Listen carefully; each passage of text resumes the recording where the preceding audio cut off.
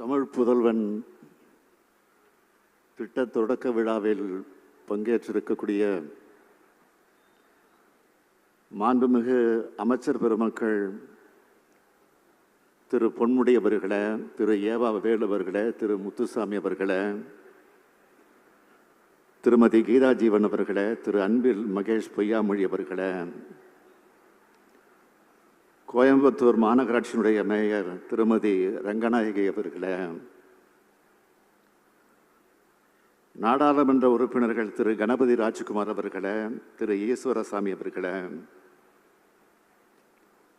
சட்டமன்ற உறுப்பினர் அருமை சகோதரியார் திருமதி வானதி சீனிவாசன் அவர்களே, தலைமைச் செயலாளர் திரு சிவதாஸ் மீனா ஐஏஎஸ் அவர்களே, செயலாளர் திருமதி ஜெயஸ்ரீ முரளிதரன் ஐஏஎஸ் அவர்களே, மாவட்ட ஆட்சித்தலைவர் திரு கிராந்திகுமார் ஐஏஎஸ் அவர்களே, உள்ளாட்சி அமைப்புகளின் பிரதிநிதிகளே, அரசு உயர் அலுவலர்களே, வருகை தந்துள்ள மாணவர்களின் பெற்றோர்களே,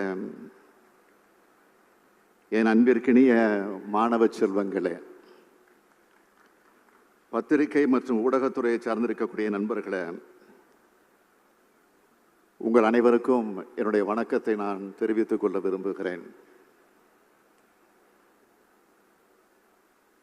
இந்த கல்லூரியில் நுழைந்தவுடன் நீங்க கொடுத்த எனர்ஜி, அந்த வரவேற்புக்கு முதல்ல என்னுடைய நன்றியை தெரிவிச்சுக்க விரும்புகிறேன்.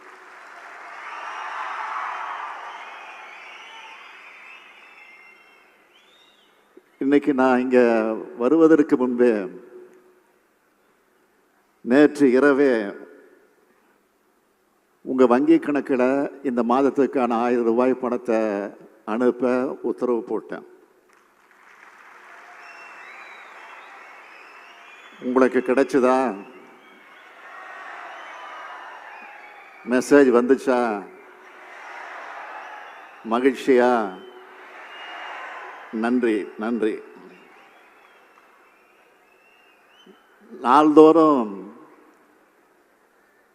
ஏராளமான திட்டங்களை தீட்டி நாம செயல்படுத்திக்கிட்டு இருந்தாலும் ஒரு சில திட்டங்கள் தான் நம்ம மனசுக்கு நெருக்கமான திட்டங்களாக இருக்கும். வரலாற்றில்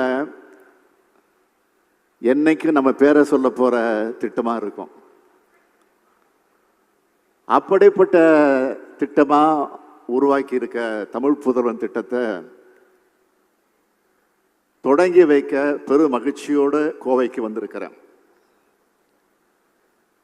இந்த திட்டத்தால தமிழ்நாடு முழுக்க பயன்பெற போற மாணவர்கள் காணொளி காட்சி வாயிலாக இந்த கூட்டத்தில் இணைந்திருக்கீங்க. இந்த திட்டத்தை தொடங்கி வைக்க நான் தேர்ந்தெடுத்த இடம் இந்த கோவை மண்டலம்.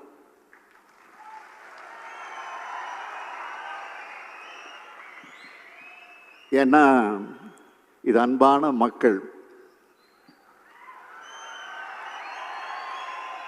பாசமான மக்கள், சேவை மனப்பான்மையான மக்கள் வாழும் பகுதி இது. தொழில்துறையில சிறந்த மண்டலம் இது. இந்தியாவின் தலை சிறந்த கல்வி நிறுவனங்கள் இருக்கும் மண்டலம் இது. பழமையும் புதுமையும் கலந்த பகுதி இது. இங்க இருக்கிற மக்கள் பெரியவங்களை மதிக்கிறது, விருந்தோம்பல் உள்ளிட்ட நற்பண்புகளை சிறந்து விளங்குறாங்க. நம்ம திராவிட மாடல் அரசை பொறுத்த வரைக்கும் கடந்த 3 ஆண்டுகள்ல மக்களுக்கு நேரடியாக பயனளிக்கக்கூடிய ஏராளமான திட்டங்களை செயல்படுத்திக்கிட்டு வருது. தமிழ்நாடு தான் இந்தியாவுக்கு முன்னோடியான மாநிலம்னு சொல்ற மாதிரியான பல்வேறு திட்டங்களை தொடர்ந்து செயல்படுத்திக்கிட்டு வரோம். திராவிட மாடல் அரசுன்னு சொன்னால அது சமூக நீதிக்கான அரசு. பெண்கள் பொருளாதார விடுதலை பெறுவதும் இளைஞர்கள் கல்வி உரிமை பெறுவதும் தான் சமூக நீதியை நோக்கிய நம்முடைய பயணத்துக்கான அடித்தளம். அதனால தான் இந்த ரெண்டுக்கும் அரசால் என்னென்ன உதவிகள் செய்ய முடியும்னு பார்த்து பார்த்து செய்கிறோம். பொருளாதார விடுதலைன்னு எடுத்துக்கிட்டா, பெண்களுக்கு பேருந்துல கட்டணம் இல்லாம பயணம் செய்யக்கூடிய வசதியை உருவாக்கி கொடுப்போம்னு வாக்குறுதி கொடுத்தோம். சொன்னபடியே முதலமைச்சரானதும் நான் போட்ட முதல் கையெழுத்து விடியல் பயணம் திட்டத்துக்கு தான்.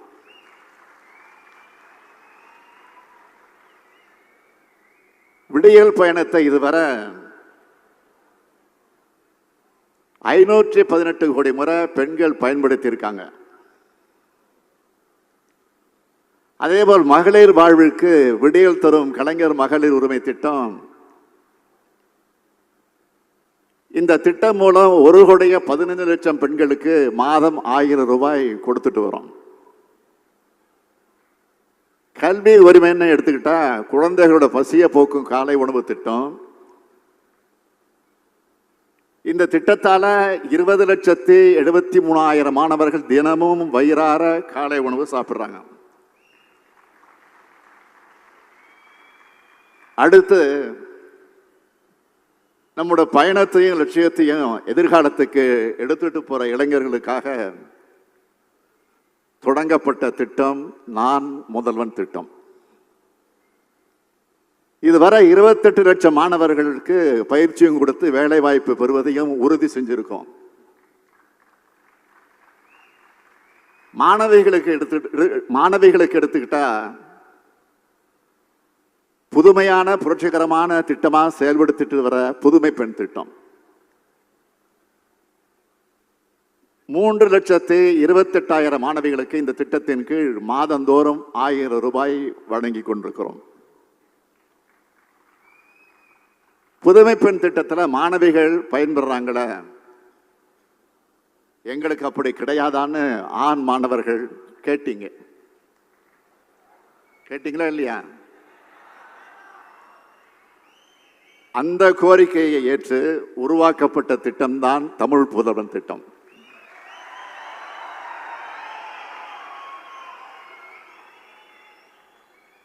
அரசு பள்ளியில் படித்து கல்லூரிக்கு வர இருக்கிற மாணவர்களுக்கு இனி மாதம் மாதம் 1000 ரூபாய் வழங்க போறோம். உயர்கல்வியில மாணவர்கள் சேர்க்கை மேலும் மேலும் அதிகரிக்க அரசு பள்ளிகள்லையும் அரசு உதவி பெறும் பள்ளிகளையும் படிக்கிற ஏழை எளிய மாணவர்கள் சாதனையாளர்களாக உருவாக்குற உன்னத நோக்கத்தோடு இந்த திட்டம் கொண்டு வரப்பட்டிருக்கு. இந்த திட்டம் 6ஆம் வகுப்பு முதல் 12ஆம் வகுப்பு வரை அரசு பள்ளிகளில் படித்து தேர்ச்சி பெற்றவர்களுக்கும் அரசு உதவி பெறும் பள்ளிகளில்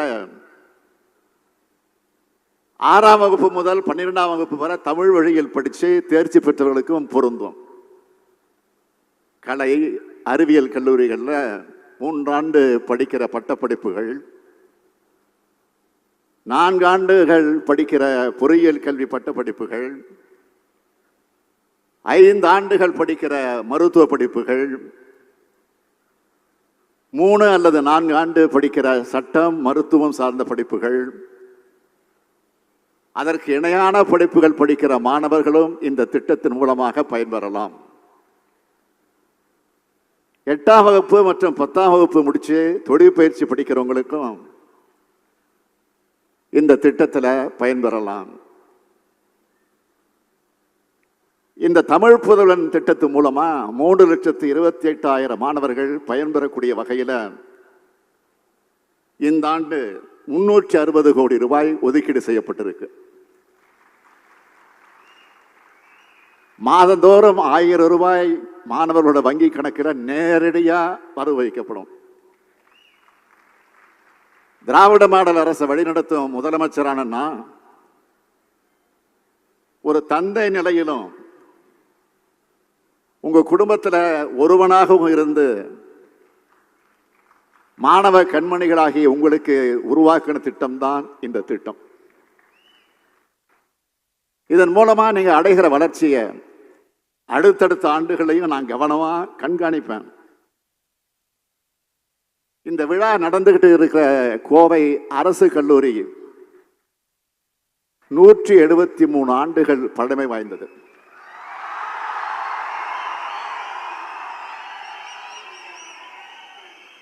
இந்த கல்லூரியில 6500 மாணவ மாணவிகள் படிக்கிறாங்க. இந்த கல்லூரி முதல்வர் என்கிட்ட ஒரு கோரிக்கை வச்சார். அதாவது இந்த கல்லூரிக்கு மாணவர்கள் தங்கி படிக்கிறதுக்கான விடுதி கட்டடம், பல்வேறு கருத்தரங்கங்கள் ஆய்வரங்கங்கள் நடத்த ஏதுவா ஒரு கருத்தரங்க கூடம் கட்டித்தரணும்னு கோரிக்கை வச்சிருக்கார். அவருடைய கோரிக்கையை ஏற்று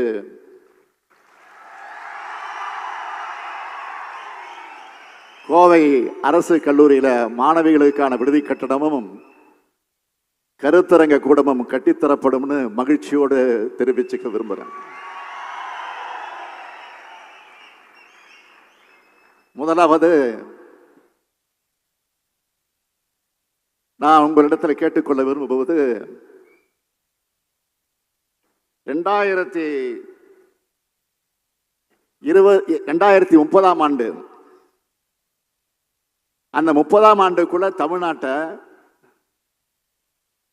$1 டிரில்லியன் அமெரிக்க டாலர் பொருளாதாரமாக உயர்த்தணும். இதன் மூலம் வளர்ச்சி அடைந்த மேலை நாடுகளுக்கு இணையான கட்டமைப்பு வசதிகள் கொண்ட மாநிலமா தமிழ்நாடு உயரும். இரண்டாவது, எல்லா குழந்தைகளும் உயர்கல்வி படிக்கணும். எந்த காரணத்தை கொண்டும் பள்ளி படிப்பு முடிஞ்சதும் ஒரு மாணவர் கூட உயர்கல்வி கற்காம திசை மாறி போய்விடக்கூடாது. கல்லூரிகளில் படிக்கிற மாணவர்கள் எல்லோரும் தங்களுடைய கல்வி தகுதிக்கேற்ப நல்ல வேலை வாய்ப்புகளை பெறணும். நம்ம மாணவர்கள் உயர்கல்வி பல பயின்று வாழ்க்கையில சிறக்கணும். இதுதான் என்னுடைய கனவு. இந்த இலக்குகளை அடைகிறதுக்காகத்தான் நான் கடுமையா உழைச்சு பல புதிய திட்டங்களை உருவாக்கி இருக்கேன். மாணவ கண்மணிகளான நீங்க எல்லோரும் இது போன்ற திட்டங்களை பயன்படுத்திக்கணும். படிச்சு நல்ல உயரங்கள் அடைஞ்சு உங்களுக்காகவும் உங்க குடும்பத்தோட முன்னேற்றத்துக்காகவும் பாடுபடணும். வறுமையில்லாத சமத்துவம் வாய்ந்த ஒரு அறிவார்ந்த தமிழ் சமுதாயத்தை நாம வருங்காலத்தில் உருவாக்கணும். உலக அளவில் முன்னணி மாநிலமா தமிழ்நாடு விளங்கணும். மாணவர்கள் கல்வி கற்க எதுவும் தடையா இருக்கக்கூடாது. தடங்கள் ஏற்பட்டா அதை உடைச்செறிஞ்சு மாணவ சமுதாயம் வெற்றி பெறணும். அதுக்கு வேண்டிய உதவிகளை செய்ய நான் இருக்கேன். நம்ம திராவிட மாடல் அரசு இருக்கு. ஒலிம்பிக்ல பங்கேற்ற சகோதரி விக்னேஷ் போகத் அவர்கள் தன்னுடைய வாழ்க்கையில் எப்படிப்பட்ட தடங்கல்களை எதிர்கொண்டார்னு உங்க எல்லாருக்கும் நல்லா தெரியும். ஆனா அவர் பலவீனமா வீட்டுக்குள்ள முடங்கிடாம தைரியமும் தன்னம்பிக்கையும் அசாத்தியும் துணிச்சலும் உள்ள பெண்ணா போராடி இன்னைக்கு நாம எல்லாரும் பாராட்டக்கூடிய அளவுக்கு இன்னைக்கு அவர் கொடி கட்டி பறந்து கொண்டிருக்கிறார். ஒன்றை மட்டும் ஞாபகத்தில் வச்சுக்கோங்க, தடைகள் என்பது உடைத்தெறியத்தான். தடைகளை பார்த்து நீங்க ஒருபோதும் சோர்ந்திடக்கூடாது, முடங்கிடக்கூடாது. வெற்றி ஒன்றே உங்க இலக்கா இருக்கணும். அதை குறிவையுங்க. நிச்சயம் ஒரு நாள் வெற்றி வசப்படும்.